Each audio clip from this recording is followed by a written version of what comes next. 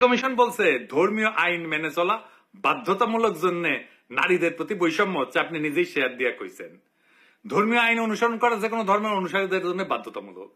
ধর্মের অনুসারীরা তো আনন্দ চিত্তে সেটা অনুসরণ করেন এবং মেনে চলেন। কেউ যদি দাবি করে ধর্মীয় অনুশাসন মেনে চলার জন্য বৈষম্য হচ্ছে, এটা খুবই বাজে অনুসিদ্ধান্ত। এর অর্থ হচ্ছে ধর্মীয় আইন মানা যাবে না, আর চূড়ান্ত মানে হচ্ছে ধর্ম থেকে দূরে থাকতে হবে। এটাই স্যার বাঙ্গু সেকুলারদের চুলকানি, আর এই চুলকানিকে আপনি প্রমোট করেছেন।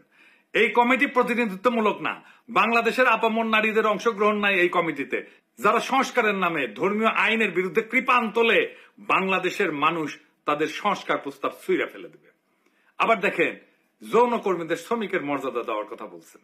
ওনাদের মাথায় যে কোন দেশ থাকে আদর্শ হিসাবে জানি না, হয়তো পশ্চিম থাকে, পশ্চিমের চিন্তা পশ্চিমের প্র্যাকটিস ওনারা চাপাই দিতে চান বাংলাদেশের উপরে, ঝামেলা বাদে সেইখানে। কিন্তু ওনারা তো পশ্চিমের যে ডাইভার্স প্র্যাকটিস সেটা নিয়ে জানেন না, ওনাদের সেই জ্ঞানও নাই। আমার অনুমান ওনারা কিছুই জানেন না। ধরা যাক ফ্রান্সে কি নিয়ম জানেন? সুইডেন, নরওয়ে, ফ্রান্স এই সমস্ত দেশে যৌনকর্মী না, বরং ক্রেতাদের যারা যৌন সেবা গ্রহণ করে তাদের শাস্তির আওতায় আনা হয়। এদেরকে বলা হয় নর্ডিক মডেল। তাহলে বুঝতে পারতেছেন যে পতিতাবৃত্তিকে কিভাবে কোন কায়দায় ট্যাকেল করা হয় পশ্চিমে। আপনি তো অপমানকর মর্যাদাহানিকর একটা পেশাকে আইনি কাঠামোর মধ্যে এনে বৈধতা দিতে পারেন না।